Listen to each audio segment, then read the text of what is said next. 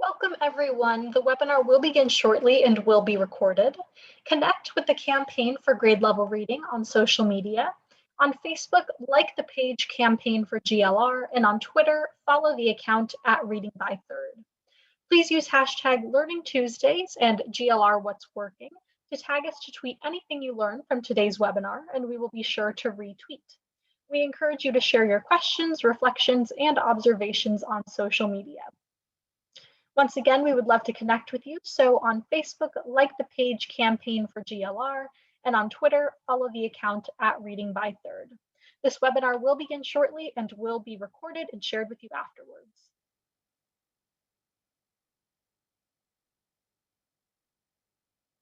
Okay, once again, welcome to today's webinar. My name is Sierra Sanchez, and I will be behind the scenes helping to produce this webinar.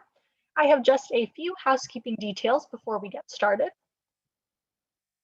First, we would love for you to introduce yourself, so please use the chat box at the bottom of the screen to share your name, city, or state, and your organization. Be sure to select panelists and attendees so that we all know who is here. All attendees are in listen-only mode, but we encourage your engagement by posting questions in the Q&A box. We will dedicate the last portion of the webinar to respond to the questions you post during the discussion. This webinar is being recorded, and a link to the recording will be emailed to all who registered. And we are also streaming this webinar on our personal Facebook Live page as well. All resources that you see shared as links in the chat box will be compiled and shared in a follow-up email to all registrants. Again, you will need to, they are accessible on GLR's Community Learning for Impact Improvement platform, aka CLIP. It takes about 30 seconds to create an account, and if you haven't done so yet, all of the information from today's webinar will be posted there as well. Lastly, we will be posting a brief on-screen evaluation during Q&A and highly encourage you to respond. This helps us with our commitment to continuous improvement. Lastly, before we start, I would just like to call your attention to our upcoming GLR Learning Tuesdays webinars. Later today at 3 p.m., we have a Learning Loss Recovery Challenge, state policy initiatives to fast-track expansion of high-dosage tutoring. Next week, on March 16th, we have an exciting double feature. First, at 12:30 p.m. Eastern Time, we will continue our funder-to-funder conversations with a discussion among leaders from New Profit, the Walton Family Foundation, and the Carnegie Corporation of New York, and others in a session titled Making It Real, Philanthropic Strategies for Promoting Parents as Essential Partners. Then at 3 o'clock Eastern Time that day, we hope you will again join us for another Learning Loss Recovery Challenge Forum, where we will engage in a discussion about preventing chronic absence as children begin to return to in-person instruction, and a session titled Reestablishing Routines, Supporting a Return to In-Person School.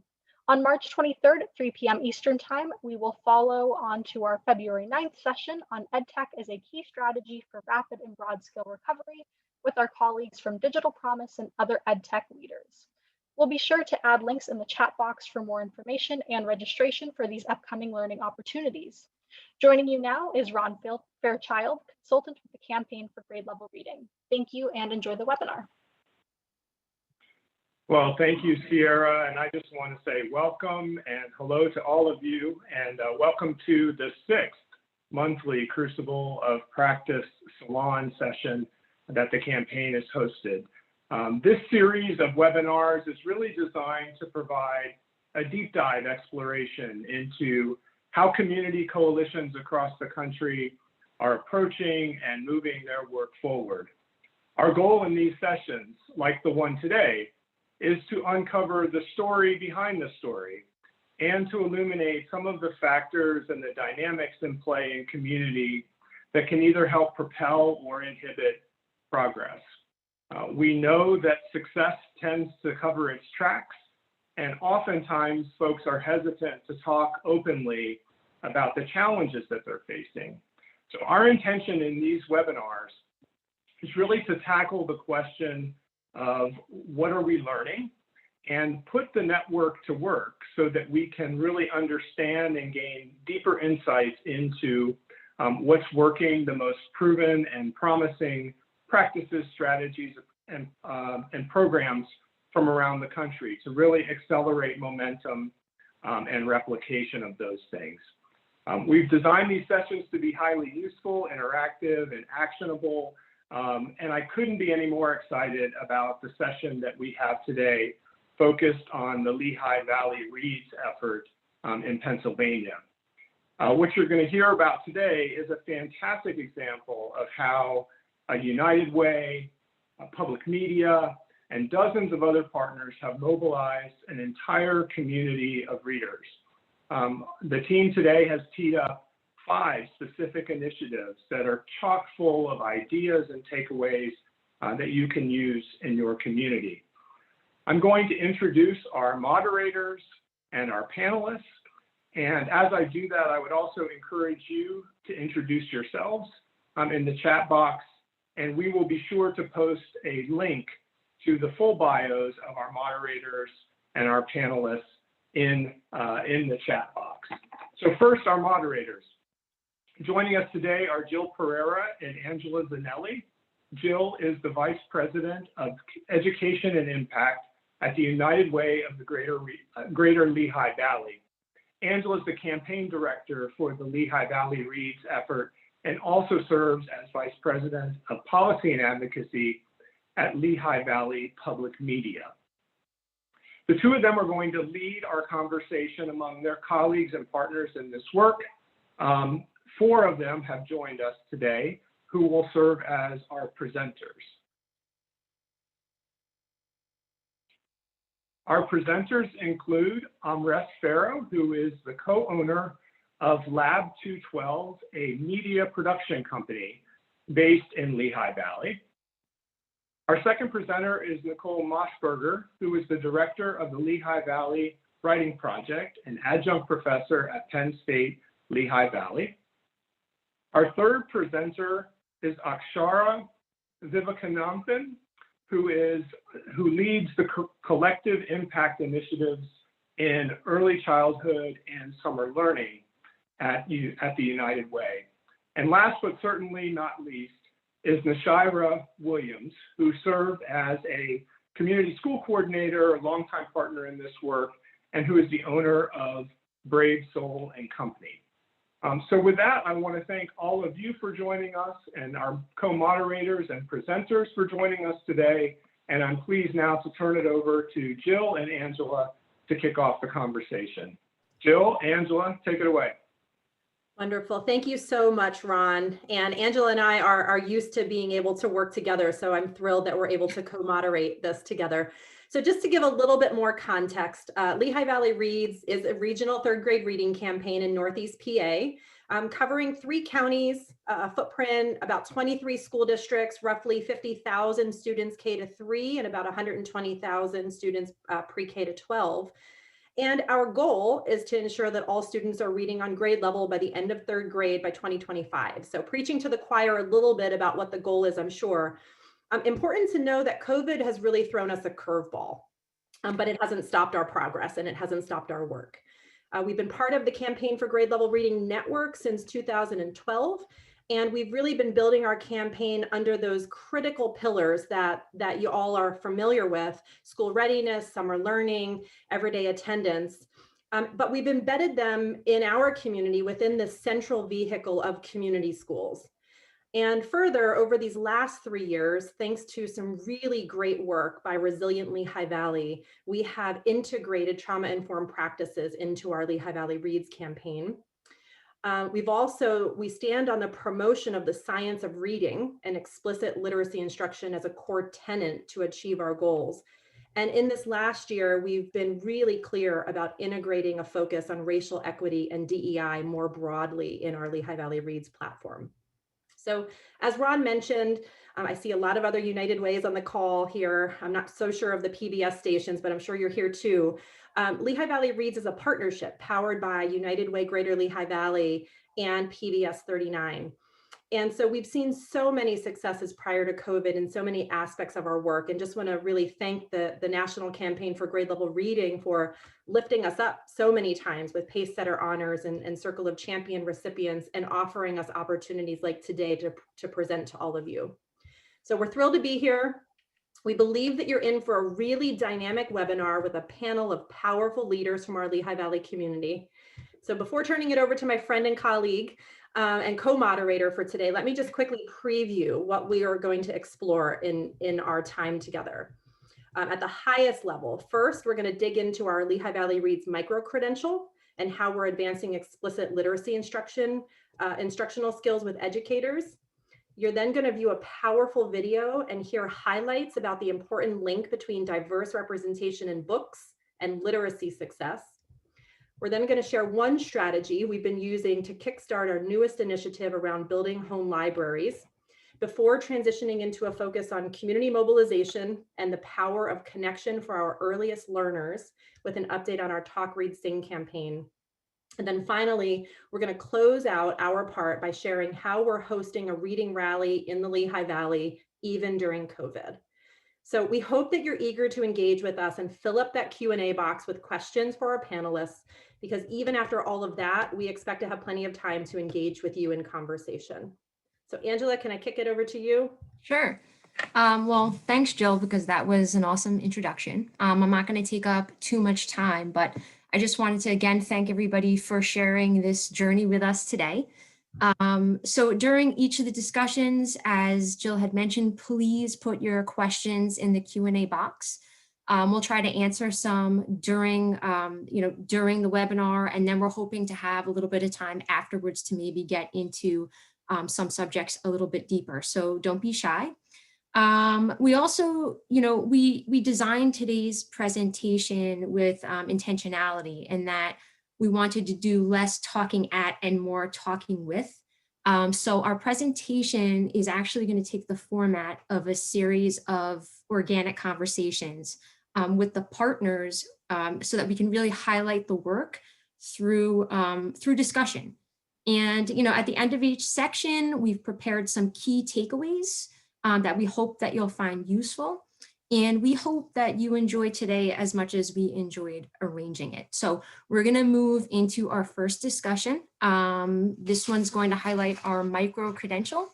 And Nicole Moshberger is going to join us. Hi, Angela. Hi, everyone. Hi, Nicole. Thanks so much for joining us today. We really appreciate it. Absolutely. I'm looking forward to it. So I think a lot of our partners and some of the audience probably on the webinar today have heard about our micro-credential. We've actually done another webinar, I think maybe like several months ago, just going into some of the work. But before we get started, just in case not everybody has a good idea of what the micro-credential is, can you just kind of describe some of the key components? Sure. So our micro-credential is really a developed program based on community need and instructor need in the Lehigh Valley. And so as we were developing this program, we really decided on some clear objectives for the micro-credential. We wanted it to have an overarching focus of student-centered learning. And we also wanted it to include the best practices of explicit instruction. We wanted to embed trauma-informed practices and the umbrella of social emotional learning within our micro-credential, as well as an element of data-informed instruction. And so when we developed these courses, there are 4 of them, we really infused those elements into the micro-credential. We have partnered with Penn State Lehigh Valley in order to deliver the micro-credential. So ours is a university-based micro-credential program, though that's certainly not the only way a micro-credential can be developed. One of the other key components for us in order to develop this micro-credential program was really partnering with a really well-versed instructor and educator who had a lot of experience in literacy instruction. And so that was a real key component to making this lift, manageable in the short time frame that we were able to, lift this project into actuality. Yeah, I remember in the beginning, Nicole, we thought it would take us 3 years to be able to get the micro-credential lifted. And so could you talk about, is any institution of higher education a good candidate for getting something like this off the ground? I think so. I, would encourage institutions that have education departments or offer graduate education courses to take a look at what they're offering. Our lift was able to be turned around so quickly because we were already offering graduate education courses, and they were focused in literacy. And so we were able to identify courses where we could embed these specific elements of our micro-credential and offer badges for completion. We had a badging system already in place, so that again facilitated the quick lift. But certainly you don't necessarily need a pre-embedded badging system. If you have a staff member who's able to track that and award those things and keep that record, that's certainly a possibility as well. I would probably like to add that it necessarily doesn't have to be a higher education institution. When I think about some of the reasons our educators have joined us in this micro-credential, it's really for that professional learning community. And so I think school districts might be able to take a look at what their educators' needs are in literacy instruction and kind of work, organically by looking at those needs and developing some programs for their teachers to develop that professional learning community that's focused on literacy and, the explicit instruction practices that help lift all students to proficiency. One thing that that I remember was when we were talking about getting this off of the ground, we had like this marketing plan that we were going to lay out and roll out, and we didn't even get to do it. We had, I think, already 10 people interested in enrolling, and we had the registration link up, so we didn't actually get to roll out the marketing plan. And our first cohort had, I think, for the first badge we had 18. Was it 18 participants? It was. So that was definitely an interesting twist of fate. With our first cohort now, finishing up their last badge, so we haven't done a formal evaluation process. But is there anything, anecdotal that you might be able to share about, some of the experiences of the participants? Sure, there are so many anecdotal pieces of success for the program, which is very encouraging. I know that our educators have repeatedly mentioned how they've gained so many directly transferable evidence-based classroom practices that they've been able to learn about in the classroom. They've been able to practice, they've been able to develop lesson plans under the guidance of our instructor, and then take those right back into their classrooms, both their face-to-face classrooms last year pre-pandemic, as well as making the shift into the virtual classrooms during this time of COVID. So those practices, that have been taught and reinforced and practiced have definitely allowed teachers to increase their confidence in the classroom. And they've also identified their increased self-efficacy. They really feel that what they're doing with students is having a larger impact now that they're applying these practices into their instruction. They've also mentioned just how wonderful it is to have a supportive community of educators who are traveling the same path as they are, who are all striving to increase, the success of their students' literacy. And, when they have that group that they can bounce ideas off of, there becomes like this synergistic environment where everyone is just growing together and, sharing successes, and one success leads to more. So that's a really phenomenal thing to witness.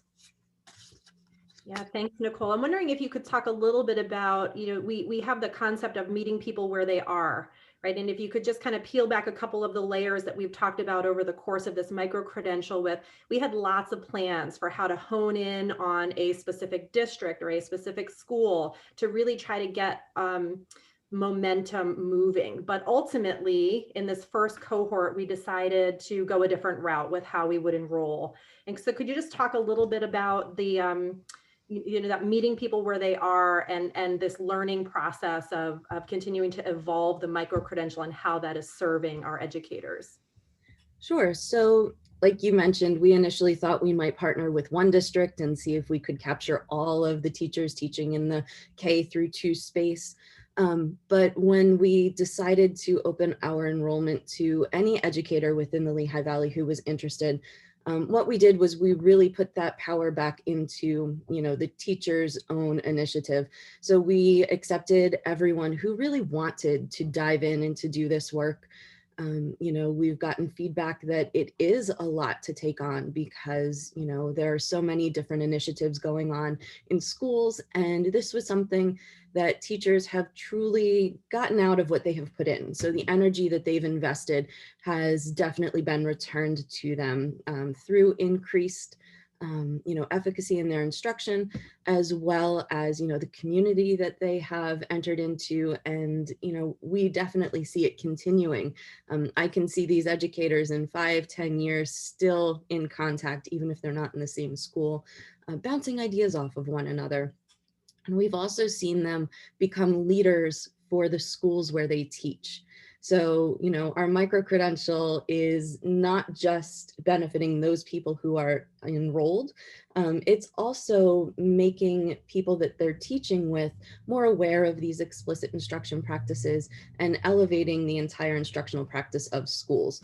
So while we initially wanted to focus on a school district, we focused on teachers who were motivated, and they're already having an impact district-wide where they teach.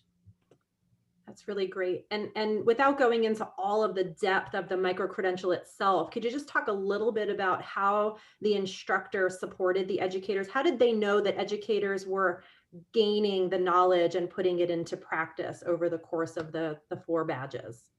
Sure. So our instructor developed the learning modules to really present information, to expose instructors to new information, gave them the opportunity to witness these practices being implemented, and then asked educators to think through how they would apply these practices in their own classroom.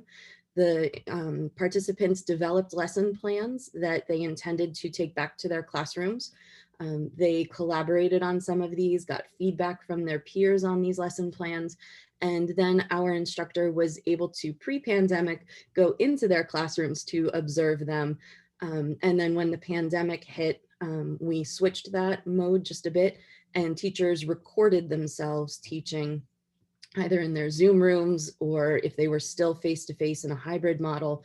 And then our instructor reviewed those videos with the instructors. And through all of this, a key element has been self-reflection.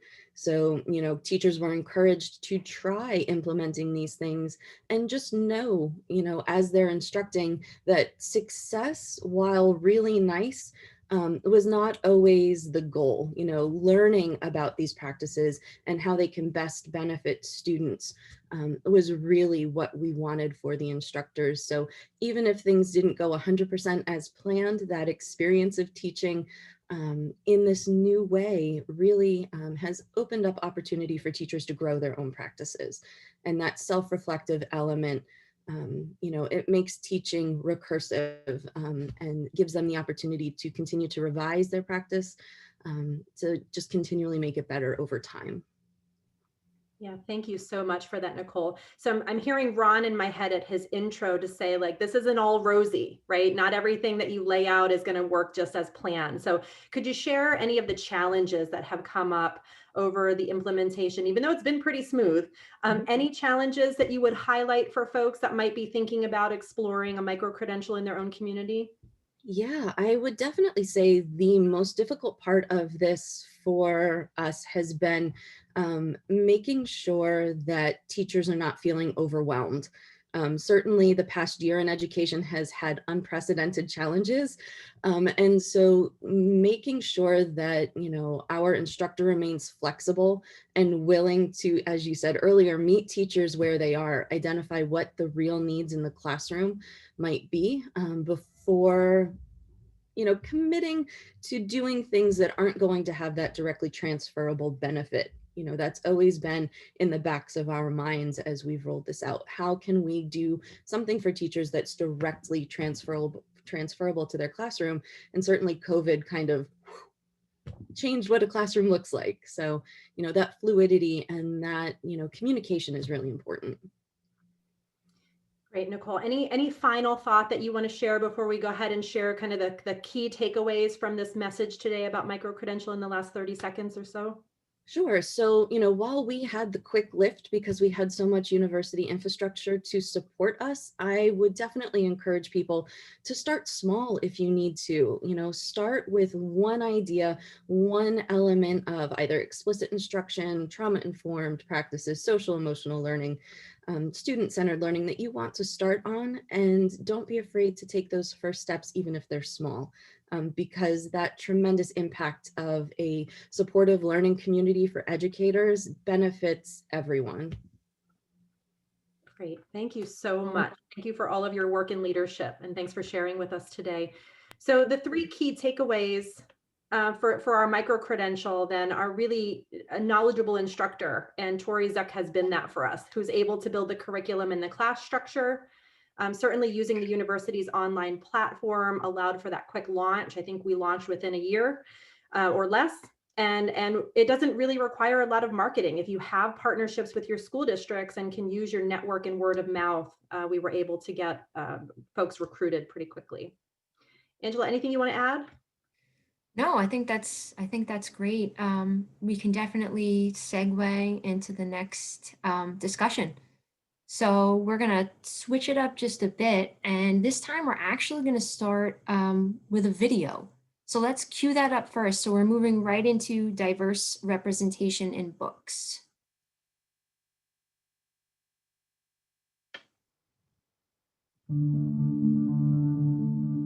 Anjali, do you know we picked your name out especially for you? From the moment we saw you, we knew we needed a special name for a special girl. Would it help if I said it?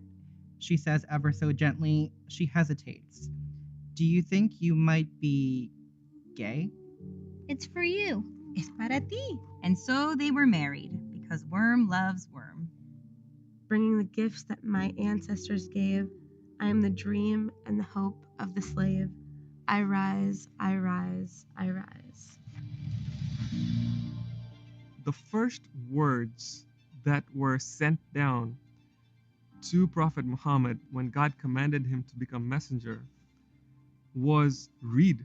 Growing up, reading made me feel amazing. Alive, it made me feel like I could travel anywhere, no matter what room I was in. I remember my mom would say to me, you have to go outside, and get some air and run around. So I'd go outside and sit on the steps and read my book. It felt like the world was endless in a way, like there were just so many things that I could do, I could be, but always wondering whether one day I'll see a character that looked like me.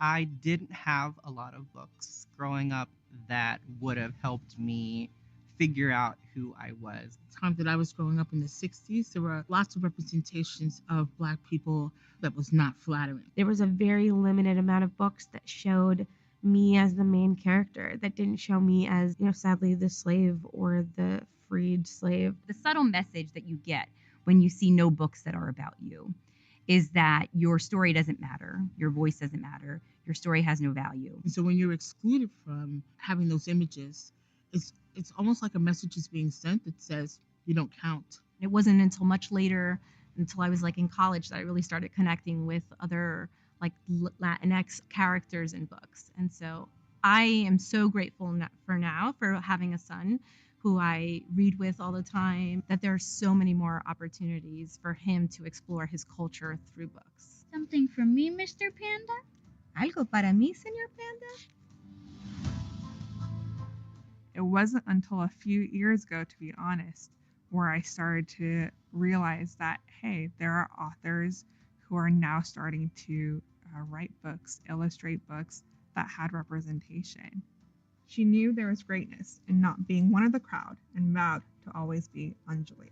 There are books that I read to my grandchildren now that I'm particularly interested in, that encourage the power of just being whoever you are and that is beautiful in and of itself. Books about loving your hair. The hair love is one that I particularly like. I read to my granddaughter. That just talks about embracing who you are and just being happy with who you are, and that's a beautiful place to be. This is a poem that was given to me when I was going through some really hard things in my life, where I felt that I was definitely not being appreciated and respected for things that were out of my control, my gender and my race and who I am. Up from a past that's rooted in pain, I rise. I'm a black ocean, leaping and wide, welling and swelling, I bear in the tide. When you come out, it can be very lonely. The more diversity that you have in stories, especially when I was a kid, if I had seen that more often, I feel like, it maybe wouldn't have taken me until college to be like, whoa, like, what is all of this? How can we be brides bees if we don't know who the bride is? I can be the bride, says Worm. I can too, says Worm. The book that I resonate with recently is a book called The Best at It. It's written by Malik Pancholi. Seeing a South Asian gay character as the protagonist was eye-opening to me, refreshing, and so I wanted to see it through. Tears start to spill out of my eyes, and I scrunch up my face to try and stop them, but I can't. I bury my face in my hands, and somehow I managed to nod. I feel like 12-year-old Steven would be so grateful to read this, probably under the covers, but like I would just be really happy to see something like this. It becomes easier when you get your hands on a book that really inspires you.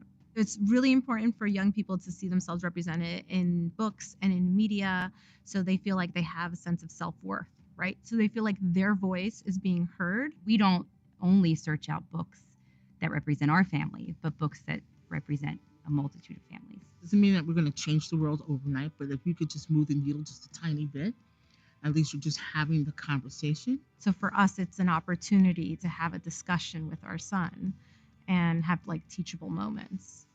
And then there's just like super fun opportunities to be silly and read about Captain Underpants. We live in a society that's very diverse. I'm proud to be a Muslim, I'm proud to be an American, and I'm proud to be living in the Lehigh Valley. By reading, I feel that we can improve as a community, we can improve as parents for the betterment of our future and for the future of our children.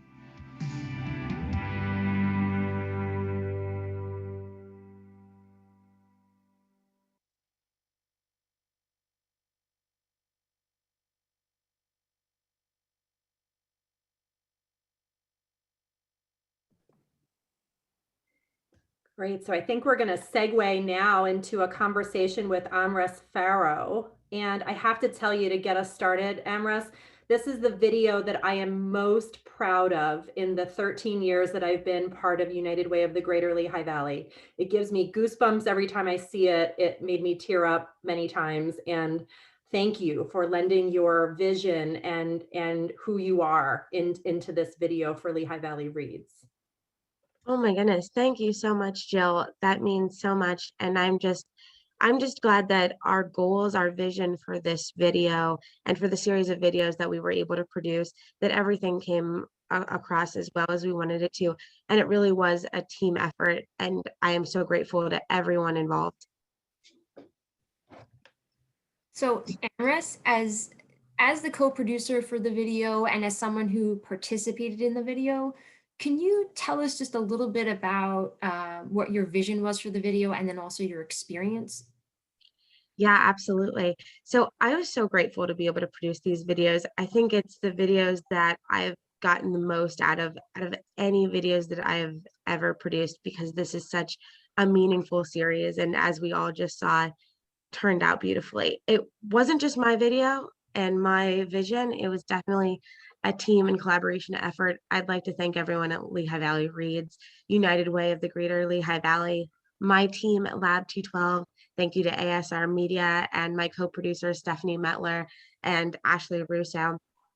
We had the opportunity to talk about some really intense subject matter: diversity, inclusion, representation. All of these things are so extremely important. And as you mentioned earlier, our goal was intention, that we wanted to have a very intentional message. And the way that we went about this, we wanted to be positive and representative of all of our communities. We were able to choose just a few of the diverse communities that we have in the Lehigh Valley that also are reflective upon our whole community. We had the opportunity to connect with some amazing people like Akshara, who's in the call here today. She's presenting. She told us a bit about her story. We brought a bunch of people together that came from all different types of backgrounds and lifestyles and educational backgrounds. And we wanted to speak with them about their own experiences, their storytelling, their representation, their diversity, how they felt included or not included in the books and the media that they grew up with. We were able to spark so many conversations that led to education and that led to us looking into things further. I remember that while we were in the process of producing all of these things, we were all learning things that we didn't know about. I think the biggest takeaway from all of this was that we had a vision to educate, but we were educated as well throughout this entire process. And that was probably one of the most meaningful parts of this entire thing. Thank you. And I also just want to echo Jill, because this is probably one of the things that I'm most proud of as well. And when the pandemic hit, about a year ago, it definitely, we were forced to sort of look at what we were doing and, shift and pivot, accommodating the community. And then came the death of George Floyd. And that again, really just, it tweaked our trajectory a bit. And we realized that we weren't just tackling literacy, we're also tackling social justice, and that we had a role in that as a literacy campaign. I think that one of my favorite parts about the video is that it's in a storytelling format. I mean, you actually get to really hear, the individual stories of people who live in our community every day. And I was wondering if you can just talk a little bit about that and how, did you choose to do storytelling? Did it come organically?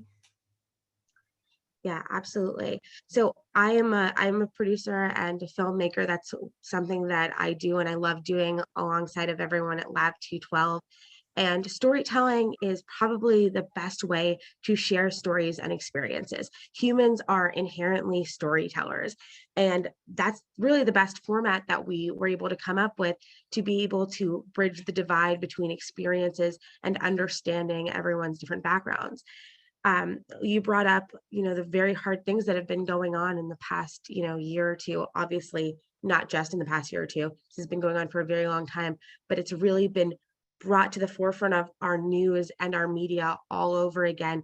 These are things that we can't ignore, that there is definitely a gap in our education, in our experience, in our empathy and understanding of what other people are going through. There's this quote that I love that is, if you want to make a human being into a monster, deny them at the cultural level any reflection of themselves. We have so many terrible things going on right now because there is, a lack of connection and there is a disconnect. There's a disconnect of ourselves feeling like every single person in our communities are represented in media, in books, in professional, in personal life.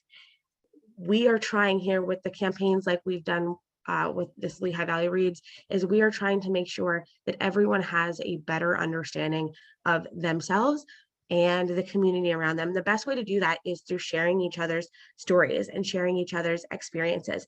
Because really, the more we're able to connect with each other, the more we're able to understand what one another is going through and understand that we're all partners in our community and partners in learning, partners in community, partners in family. The more we're able to have a quantitative and qualitative positive difference within our communities and our own lifestyles. And I'm so glad that you brought all of this up, because I think our videos are just the first step of being able to move that needle forward in our community in the Lehigh Valley, but also all across our country.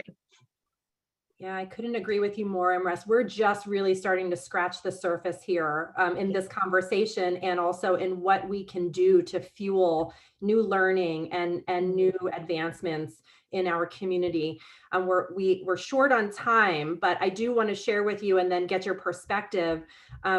Following the Lehigh Valley Reads event where this video was premiered, we had a circle up with some of our educational leaders, many of them white-skinned leaders, and asked for their reflection. And two of the key takeaways for me out of that conversation, one was from a woman who oversees curriculum in her school district. And she said, the message was so powerfully clear that I have a responsibility to be changing the materials that we're making available for our diverse population of kids. I have that responsibility. And so really powerful. And the other was about this a beautiful integration that we've been able to do through this video of the importance of representation, diverse representation, and literacy as two of the most pressing challenges that we have right now. So my question is, I'm curious, what kind of impact you're hoping this video continues to have in our Lehigh Valley over the next period of time? Thank you so much for all of that. I'm hoping that this video, I'm hoping that the campaign that we have here today inspires people to move forward and to want to learn more and work with their own community, work with their own families to really enact a change. You used a word that was so important. You used the word responsibility, that woman said that she had a responsibility. All of us have a responsibility and accountability to ourselves, our families, and our communities. You said that the woman that brought this word up was a white woman. You know, we're not here to vilify any types of people that come from privilege or are white or have money or anything like that. No one is vilifying the things that just make you who you are. We just need to be honest, responsible, and accountable for the privileges and opportunities that we have, and also be honest and understand the privileges and opportunities other people may not have and how their lives are different. You know, responsibility, the opportunity to educate ourselves is a really positive thing. These are great opportunities we're having. This isn't supposed to be sad. This is supposed to be eye-opening. So I'm really hoping that videos and initiatives like we are doing right now will inspire people to, one, take action and to educate themselves. Those are the two most important things. And I know, like you mentioned at the beginning of this, we're in a national pandemic, but there's still things that we can do right now. We can educate ourselves, really look inwardly at what our own family life, our own reading materials look like, the movies we're watching on Netflix, the places we're going, the people we're spending our time with. What does that look like? Could that be bigger? Could that be better? Could that be more diverse and representative of all walks of life? And then we can also figure out how we can get involved in our own community in a safe way with the amount of time that we may have left over after we're done working and taking care of our family.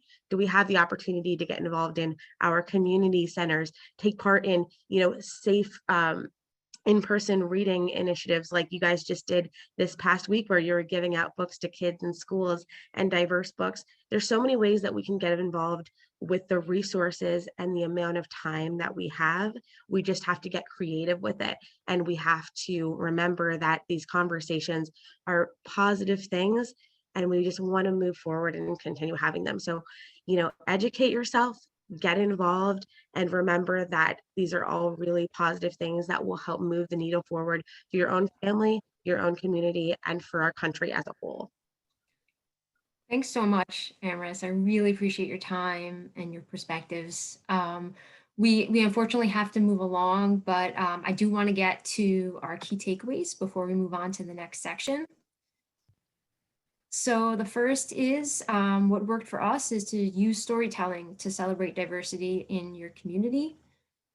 Second, and possibly the most important point that I think I'd like to make today, is to be intentional and to seek voluntary and diverse perspectives of your content and the content that you're presenting. And then last but not least, you can use the opportunity to build additional relationships in the community, maybe relationships you never had in the past. I definitely think that's been the case for us. So thanks so much again, Amris. We're going to move into our next section, which is a conversation with Nashira Williams about building home libraries.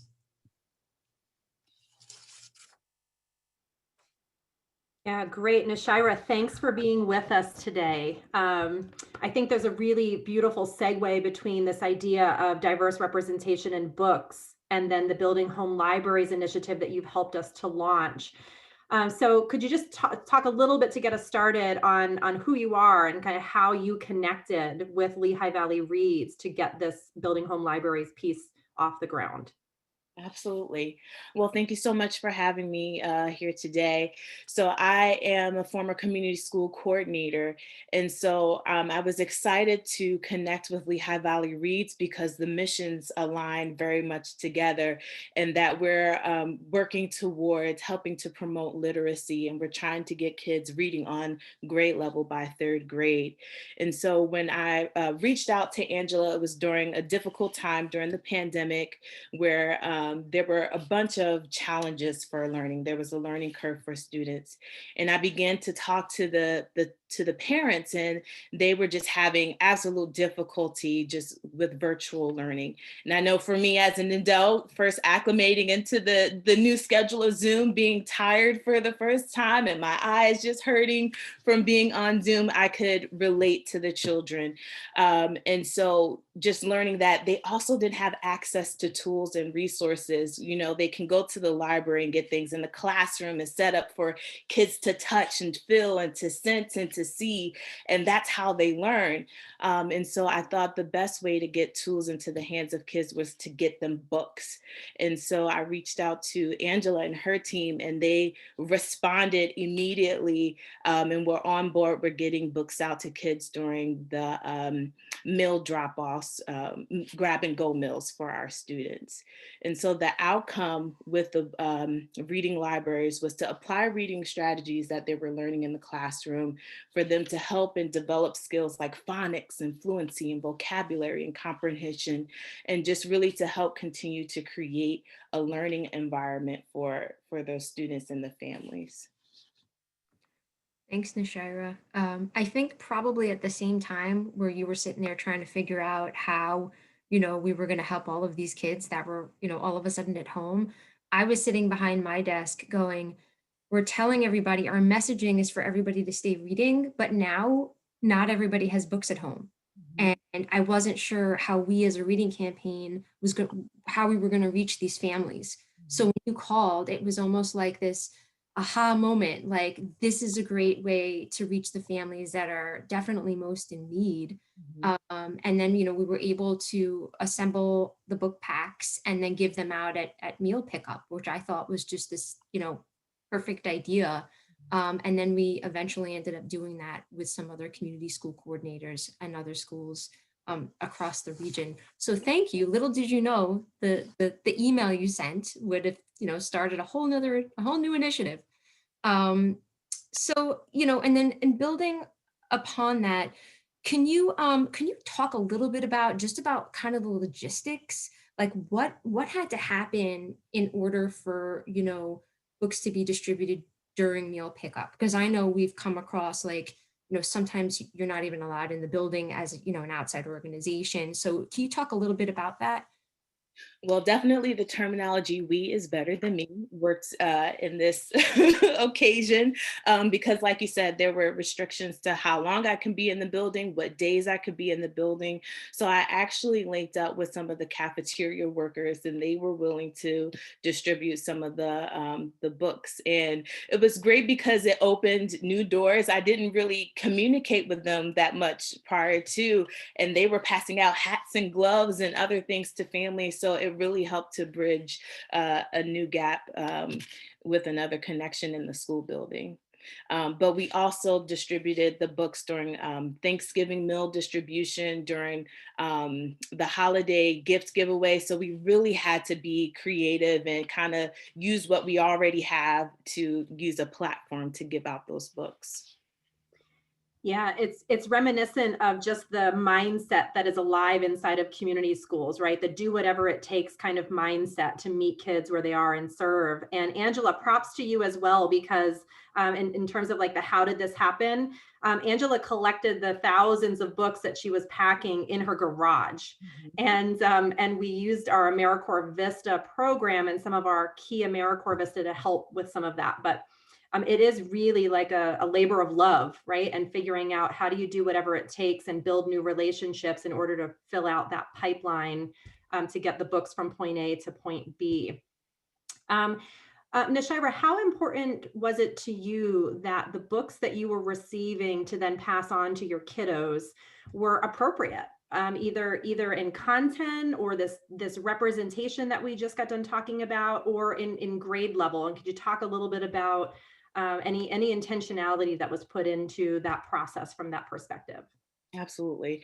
Well, it's important when you're first starting off this initiative that you have someone that is aligning with the same goals that you have, because oftentimes you have these book drives and you get these old books that don't necessarily relate to the children. And so for me, it wasn't just about getting any book into the hands of kids, but inspiring a love for reading. Like we saw in the video, it inspires exploration, it inspires questions, it inspires them to travel. So it was important that there were diverse books of, showing characters that looked like them, but also different genres for them to learn about different careers. And so that's what I was grateful for Lehigh Valley Reads, that they were a plethora of books with different experiences that can inspire a love for reading. Yeah, thanks so much. We're closing in on our time here, but I'm curious, what kind of feedback have you gotten from kids or from families related to this process that you put in motion? Well, actually, funny thing, it was getting the books was actually a response to a survey. So I was responding to a need that families already had. And so for them to actually see it happen, they were elated to see the books that were available for their kids. And some kids came back again for more books. And I also had a sign up sheet. So if families wanted to remain connected, they can still learn about Lehigh Valley Reads. They can learn about the Million Minute Challenge. So it was a great resource and was well received by our families.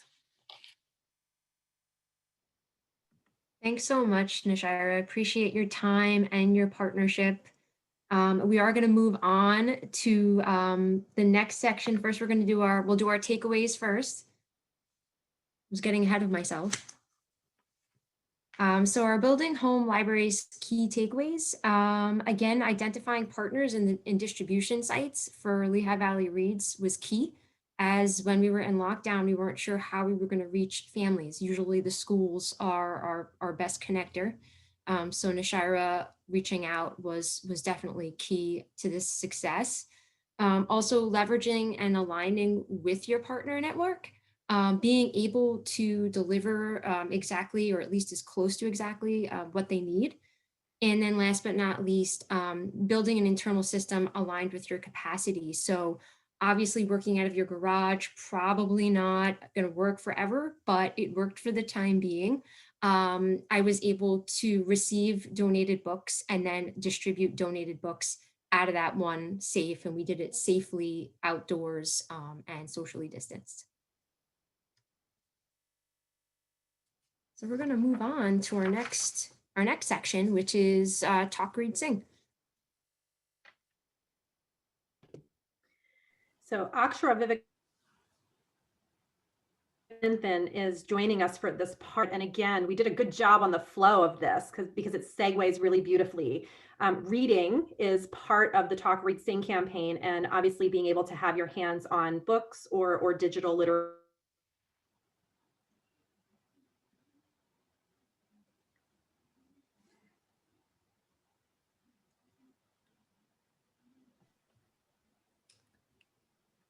I think Jill may have. Yeah, I was wondering if I was frozen, but I think Jill is frozen. So I'm gonna continue. Hopefully she will unfreeze. But Akshara, thanks so much for joining us today, because I'm super excited for you to share a little bit about Talk, Read, Sing, and how we've been able to actually implement the campaign in the Lehigh Valley, since it is kind of a national movement. So before we get into kind of the nitty gritty, do you just want to give a little bit of an overview of what the campaign is?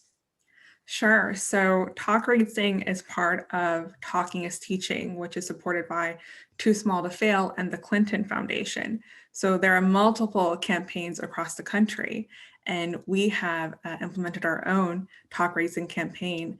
And everywhere that it's run across the country, you tailor it to your community needs. And that's what we've done over here. That sounds great. So can you go over then what the key components are to our campaign in the Lehigh Valley? Sure. So our key components are first, trusted messengers. And our trusted messengers are really, we knew that we wanted to reach families who were perhaps not connecting to schools, who are not connecting to our childcare centers, because the whole goal of this campaign is to reach folks who have their littlest learners birth to 5. And so we knew we had to get very creative, and our trusted messengers are grocery stores, they are libraries, they are barbershops, nail salons, banks. Literally anyone can be a trusted messenger. And as part of being a trusted messenger, they receive our 2 other components, which are environmental prompts and tools. Environmental prompts are really the posters that we hang, the colorful creative posters from Talking is Teaching that we hang up in the store windows, that we leave at cash registers. They also look like billboards, bus wraps, advertisements in bus shelters. And then the tools are really whatever we have on hand, which are books, of course, and tip cards, because we know our parents and caregivers don't want to read a heavy text one pager. You know, they want simple tips that they can easily respond to and implement to make those everyday moments key learning moments for their families and for their little ones. And it also looks also like blankets and t-shirts and onesies, and they have the colorful let's talk about bath time, let's talk about nighttime, you know, really getting creative on how we give tools to our parents and caregivers. So it's not something that they're necessarily looking for, but they have it kind of right on deck. They have it right for them. Jill, you're back. Did you want to finish your thought? It sounded like it was going to be really good, and I don't want to miss out on it. Oh, Jill, you're on mute.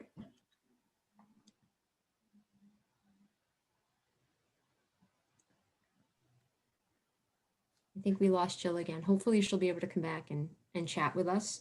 Well, thanks, Aksha. I appreciate you kind of going through, you know, the national campaign and then what kind of looks like in the Valley. So I'm going to ask, it's a little bit of a loaded question. Could you just talk a little bit about how we had to shift a little bit because of the pandemic? Because, you know, we're in these laundromats, we're in, you know, these trusted messenger sites. So what kind of happened once the pandemic hit?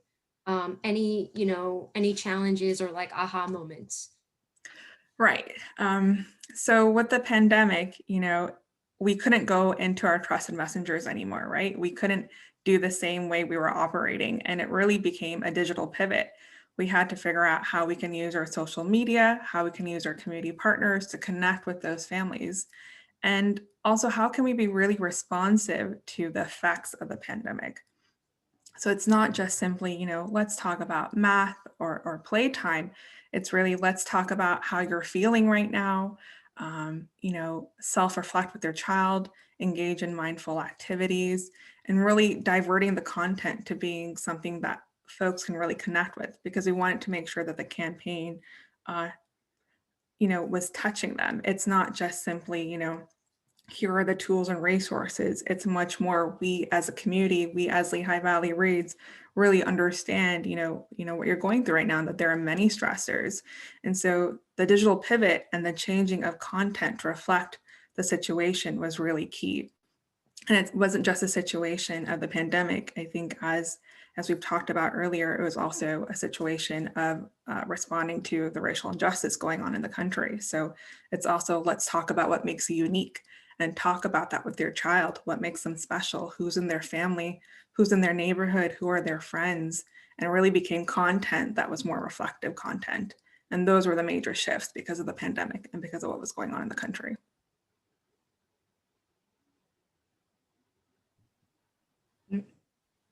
Great. Akshara, if you can hear me, are there thoughts that you would share with other communities that are on the call for how to think about either continuing on with the Talk Read Sing campaign or lifting one up in the midst of where we are right now, which is mostly still virtual?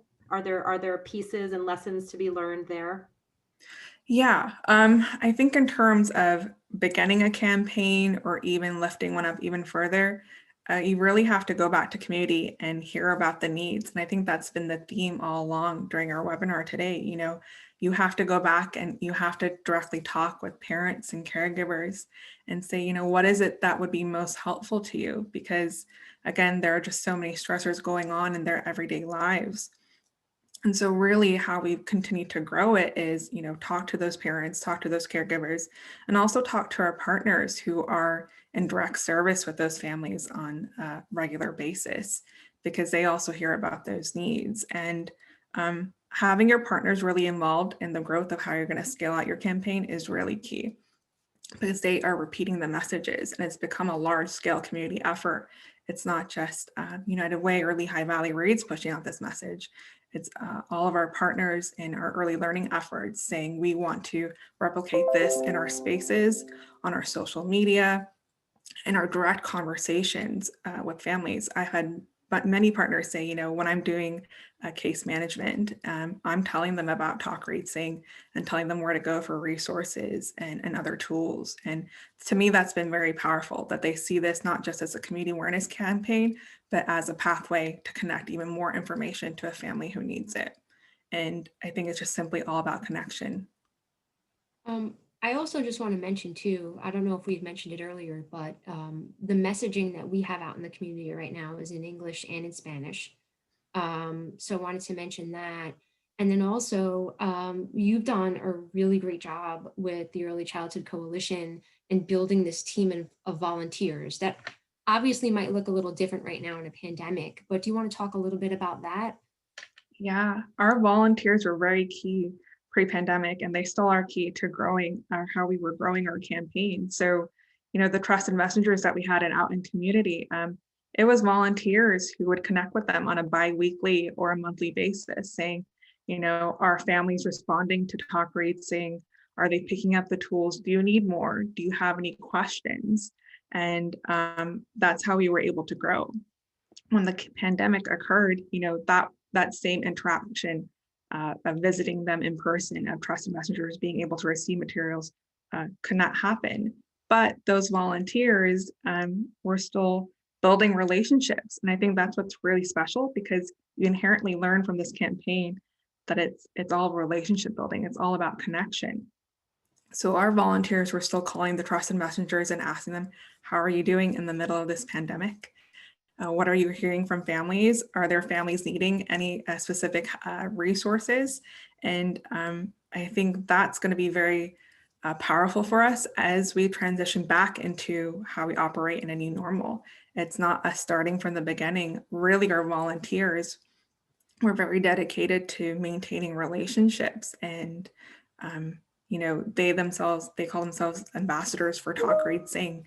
And they have all these beautiful ideas that they bring back to the table because they go out into community and they bring back that knowledge back to us. And that's how we're also able to make it more vibrant. Thank you so much for spending some time and talking with us. Talk, Read, Sing is another one of those things that I think we do, and we do it well, and it's fun. And I love being able to drive, you know, in my own neighborhood and see, you know, some of the signage up. So thank you. We're going to move over to just the key takeaways from this section. So from Talk, Read, Sing.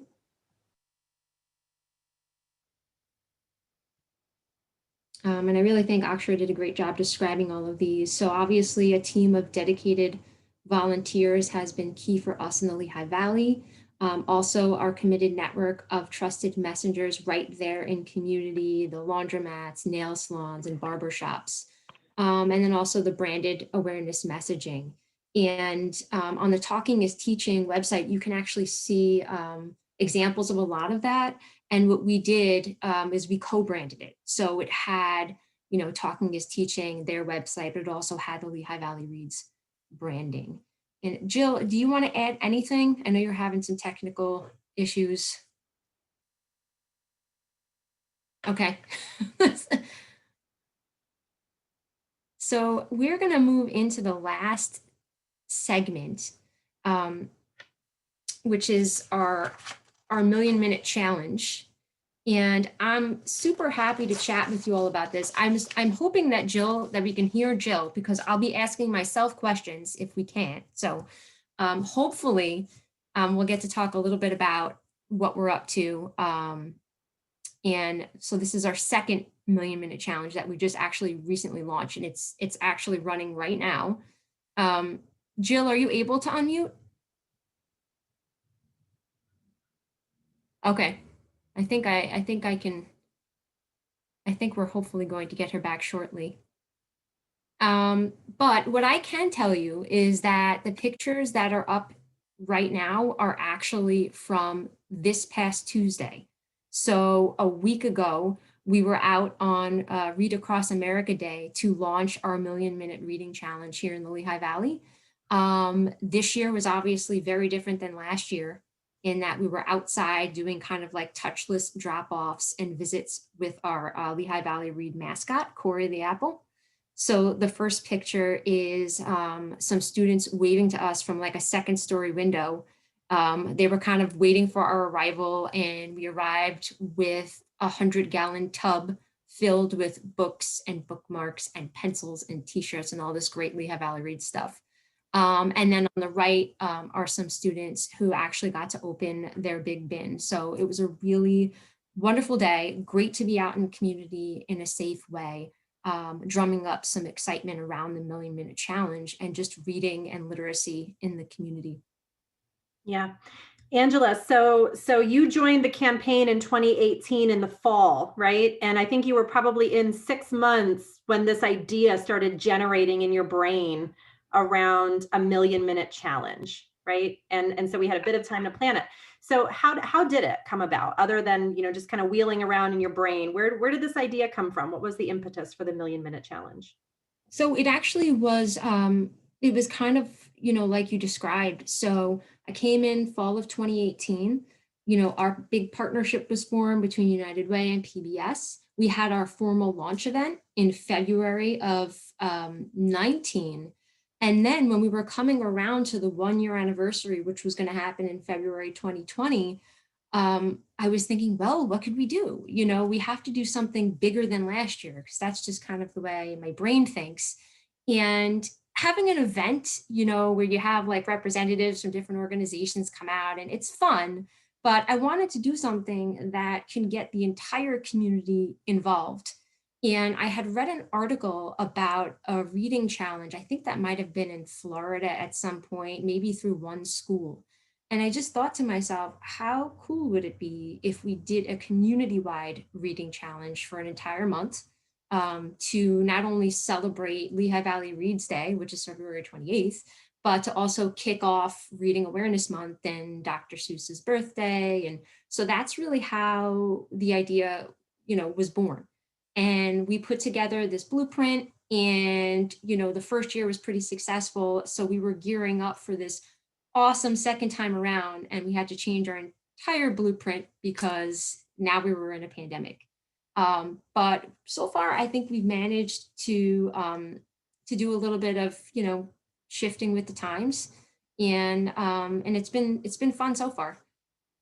So what would you outline as the key components of the Million Minute Challenge? And then what have we seen in Lehigh Valley Reads in terms of success in that first year, and then as we've launched this year? So we're in the heart of the Million Minute Challenge right now in the month of March. I think the key components is building awareness. So we were doing a lot of in-person community engagement events. We would show up at school, you know, literacy nights, parent events. We would show up in community at just big community events, and we would have our big mascot out there, and you couldn't miss us. We're purple. So, you know, we kind of stand out. So that there was that in-person interaction. And then we also had a really wonderful online presence, and it actually helped us boost our social media numbers and visits to our website. So I believe, if I'm remembering correctly, our social media platforms like visits and the page likes on like Twitter and Facebook ended up exploding, you know, over 100%, or 133%, some strange number, from when we originally started, because we gained a lot of momentum from the support we had from our school district partners, specific schools, community organizations, and this year we got the libraries involved. So we're just continuing to grow. Yeah, so can you talk about a couple of those lessons learned in terms of maybe some challenges? I think about the timeline that we had spec'd out for getting some of this information into the hands of school districts and then what their actual timeline was. Yeah, so, at first we were thinking, well, registration kicks off in February, so it would be great if we got, schools the information in like, I don't know, like right after the new year. And then, we were told by one of our awesome district partners, well, you might want to do it in like late November or December. So right then and there, we had our first lesson learned. I also can say that the easier that you can make the entire process for anybody wanting to, participate or register, the better. So for example, our registration form is really short, super easy to fill out. And there are no barriers to access to the Million Minute Challenge. You don't have to pay any money. You don't have to be in school K through 12. It's just anybody can join. And we made it clear in our messaging that, you're pledging your minutes to read for the month of March, but that could mean that you're reading to your pet, or that could mean that your grandma is reading to you. And what you're doing is you're pledging. So there's no having to check up on anybody. It's just really, taking everybody at their word. And then last but not least, we provided resources for parents and teachers that are downloadable off of the Lehigh Valley Reads website in both English and Spanish. So if you're an educator in the Lehigh Valley and you're looking to use the Million Minute Challenge as an activity for Reading Awareness Month, you have a whole sheet of things that you can do with it on social media, ways you can engage with your classroom, and then the same thing for parents. Great, thank you so much, Angela. We're gonna wrap up this section. Is there any final thought you have before we move into the 3 key takeaways? I guess the only thing I would say is that this has been so much fun, and I've seen the community have fun. And one of the things that I set out to do when I took, this role was to make reading a household word again and make it something that families look forward to. And I think that the Million Minute Challenge is on its way to doing that. Excellent, Angela. I completely agree. My children are fully on board with pledging and reading, so that's worked for them, and I know that it's worked for so many others.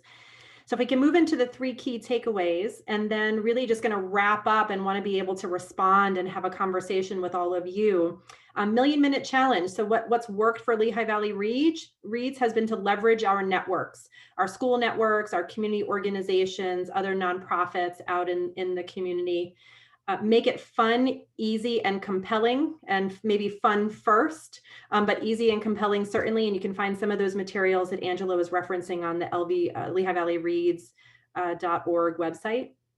And then use the opportunity to collect data, but not so much that it's prohibitive for people to actually join the Million Minute Challenge easily and get involved.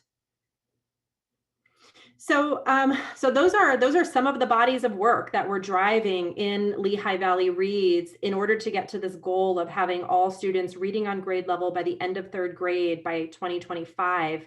And we're hoping that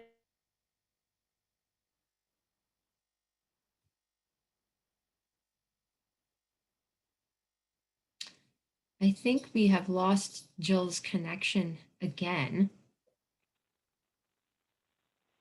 I think so, Angela. Maybe we could focus on a handful of the questions that have come in the question and answer box, and encourage maybe some of the presenters to turn their videos on and share their perspectives on some of these questions. Yeah, I think that would be great. And I'm actually just opening up the Q&A right now. If there's, to any of our panelists, is there any specific questions that any of you would like to address right off the bat? I know I've tried to answer a couple as we were moving along.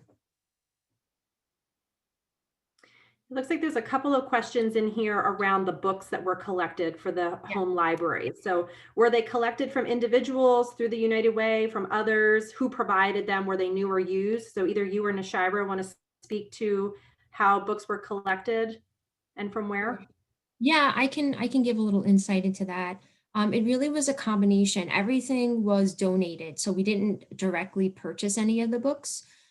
Some of them were new, and then some of them were gently used. And when the books arrived at my garage, really, I would vet them, like personally vet them. There are just some parameters that I set up for ourselves, and the types of books we wanted to distribute. So for example, anything that's holiday related, because not everybody celebrates the same holidays, we automatically just take out and then we donate it to another organization. We don't throw them out or anything. But in Nishira's case too, she asked us to, I think I think it was 400 tote bags or 200 tote bags with 2 books each. And then we separated those into books appropriate for K through 2 and then books appropriate for 3 through 5. So I hope hopefully that answered the question. Great. Nishaira, anything you wanted to add about books, if there have been other methods that you all had used to collect books? No, that was the primary method that we used. We should give a shout out. There's an organization in the Lehigh Valley called Cops and Kids. And they do a lot of really great work as well, collecting books and distributing them. And we're working to strengthen that partnership. Looks like there's another question here. I think this one is probably for Akshara. Mary O'Brien is asking to hear more about your volunteers, how they were recruited, trained, vetted, and whether or not we're providing any compensation to volunteers with Talk, Read, Sing. Akshara, could you tackle that one? Sure. So our volunteers, we put ads in newspapers, and we reached out to our local universities for students who are looking to get some volunteer time completed, also to our local high schools as well. And then through our community partners, a lot of them became volunteers themselves, and they connected within their own networks to bring their friends to the table to help support us. And every volunteer did review. They completed a basic application of why they wanted to support and volunteer with us, and received a training as well on how to become an ambassador for Talk, Read, Sing. And that was about a 90-minute training and then continuous coaching as well. So if they ever had any questions when they visited their trusted messengers, if they had any needs, they could always contact us and chat further about how we could support them in their volunteer efforts with us. No compensation was given. Our volunteers, we're really thankful to them. They didn't expect any compensation. They really just wanted to get involved because they knew about the importance of early learning. That being said, as we come out of the pandemic and as we are trying to revive our volunteers back into our campaign, we are looking at how we can potentially compensate them though.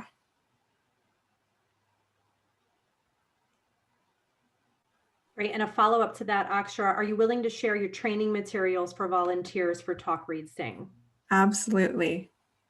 I'll connect with Ron and hopefully that could be sent out in the follow-up. Excellent. Thanks, Akshara. Angela, there's a big question in the box around how is Lehigh Valley Reads funded? So maybe I'll take a stab at that and you can fill in as well. Okay. Yeah, so I think we should first acknowledge that LV Reads wasn't born overnight. It's been a very methodical build since 2012. And that meant it tied in with how our United Way was moving towards a collective impact strategy and approach for investing in community solutions and change. And so as we started learning more about the campaign for grade level reading and adopting the pillars of early childhood, everyday attendance, and summer learning, we started building that into our United Way's effort towards education. And at the time, the big goal was graduation rate. When we focused even further on third grade reading was in our 2014 to 2018 investment plan. That essentially means 80% of all of our United Way's funding drives towards our big goal in education. And with the pillars for the campaign undergirding that, it meant we had a lot of supports. We were already pushing into those 3 pillars.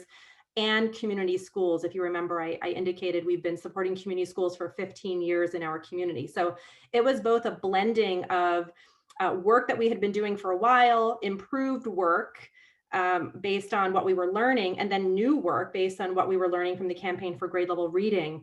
And so 2 years ago, that put us in a really nice place to partner with PBS 39. And it also put us in a nationally competitive position to pull down $1 million grant from the Together for Students initiative that is out of the Aligned Partners Network of Communities in Schools National, Strive Together, and the Coalition for Community Schools, and that's supported by the Chan Zuckerberg Initiative. And so we are just ending year 2 of that $1 million grant over 3 years, which has afforded us to accelerate the work of Lehigh Valley Reads and really build out some of these, particularly the marketing and communications work that we've done over these last 2 years. A lot of that has been supported through the Together for Students grant. What would you add to that, Angela? The only thing I would add is that, you know, just the partnership itself really provides the infrastructure piece. So we've been real fortunate to pull down some larger grants. Together for Students is our largest. It's a 3-year grant that really did help us boost our marketing communications and awareness building and brand building. But, you know, on the back end, it's really the United Way and PBS who, you know, and their boards who made the investment to continue this work.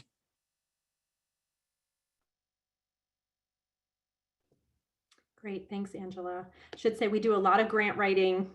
We're always trying to partner. We're always trying to leverage additional resources. Right now, we're tapping into our school district partners in thinking about how CARES funding coming into the region could be most effectively invested, and where we might not have to invest because they're getting investment through those federal CARES dollars. So it really is all about also networking and just knowing your partners and being able to have those transparent conversations about where we're all trying to go and how to best get there. I don't see any other questions. I see Sierra has put up the poll for folks to take. Ron, I'm not sure if you have other thoughts or questions here as we kind of round out our time together. We're happy to answer any if there are more.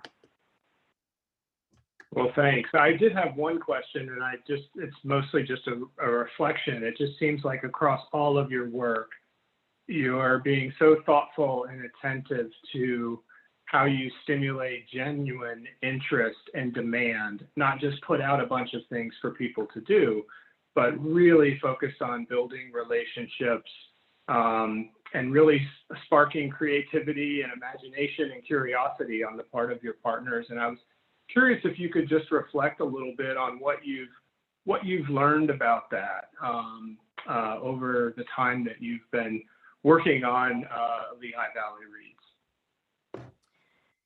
Yeah, sure. I'm happy to kick that off and then pass it to whoever wants to pick that up. I'll say when I joined the United Way 13 years ago, community schools was really the vehicle we were driving. And a colleague of mine shared his mantra was, it is all about relationships all of the time. Or at the bottom of it all is relationships. It is all about negotiation all of the time, because there has to be a win-win or people won't stay engaged. And in order for this work to really be successful, you have to have yes on your heart, and you have to find other people that have yes on their heart. And that mantra still holds true. I think it is true of any collective impact effort. You have to figure out the win-win. You have to find the coalition of the willing to get started. And you have to be really authentic about wanting to meet people where they are and build true relationships.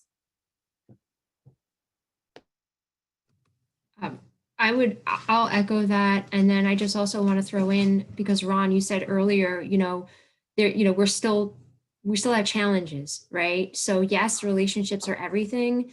And I know for Lehigh Valley Reads and for myself, looking ahead to this, to this next year, one thing we're really going to be focused on is how to incorporate more student and family voice in our work, and how to engage with parents a bit better than we have in the past. That's just been a challenge for us. And I feel like with the pandemic, it's been, even tougher to reach out to certain groups.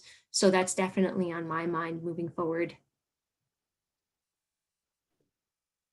Yeah, and then I'll also add, you know, being willing to step outside of your comfort zone and push yourself out of your comfort zone is really also important.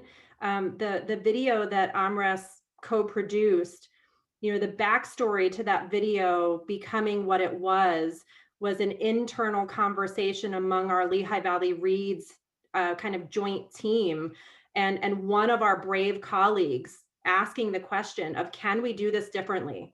You know, we have a predominantly white staff. We're transitioning and we're diversifying, but we're a historically white-led organization and have had a history of how we produce and how we move things forward. And thankfully, a brave colleague said, like, can we do this differently? Can we be open to having diverse representation, thinking through the vision with us instead of us thinking through the vision as white leaders and pushing it over to somebody else to produce? And so the ability to have that environment inside of our team and our organization has been such a pivotal moment for us in how we want to live and how we want to lead, and can produce then such a beautiful piece that reflects where we're going.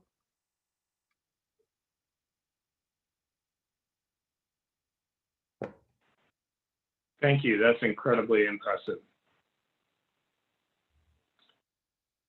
Curious if there are any closing thoughts or reflections from any of our presenters. I would just like to address one of the questions that I saw come in about the micro-credential. It asked a really thought-provoking question about how community was created for the educators and how we promoted that. Specifically what strategies and activities were used. And while I could probably talk about this for a while, I really feel that two of the things we did that were very effective and can be easily replicated in other communities was we asked our participants to complete a pre-participation survey where we really normed the language that was going to be used within the micro-credential courses. We asked them to self-reflect on their current practices, and we also asked them to set some goals for themselves and their classrooms prior to even beginning the micro-credential. So it gave everyone anchoring points and things that they could discuss to create that community and that common goal. We also really focused on the lesson study model where, you know, if we were working with students and children, we would follow the I do this, you observe, we do it together and practice, and then you do it on your own and the instructor provides feedback. And that's really the model we used. We had instructors observing lessons with these new skills in place. We had us practicing together. We had educators developing their own lessons, implementing those lessons, and then self-reflecting, group reflecting, and then revising with that feedback in mind so that the next time they go to teach, they have those revision notes already in place. And so those are just some really easy things that were done, and it really did help create that open, trusting community for our educators who participated. Thanks, Nicole, for tackling the answer to that question and giving us such a good sense of the kind of community that you're building through a credentialing program. You don't often think of that as a real opportunity to build and strengthen community, but that's a great example of that. Well, I just want to say on behalf of everyone at the campaign, just a huge thank you to Jill, who persisted through some internet challenges today, to Angela, to Amris, to Nicole, to Nashira, and to Akshara for such a fantastic and rich conversation today. All of the information and resources that you shared, the videos, the links, we'll be sure to send out to everyone who registered for the webinar. I want to wish everybody a wonderful rest of the day, and thanks again for your active participation.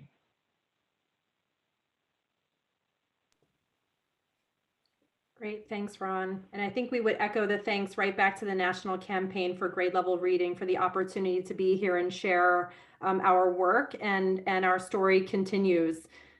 We have some work to do on getting this group back together in our region to keep digging into how we synergize more together. So thank you for prompting that. Thank you so much. Appreciate and it. thank you to our amazing panel of co-presenters here.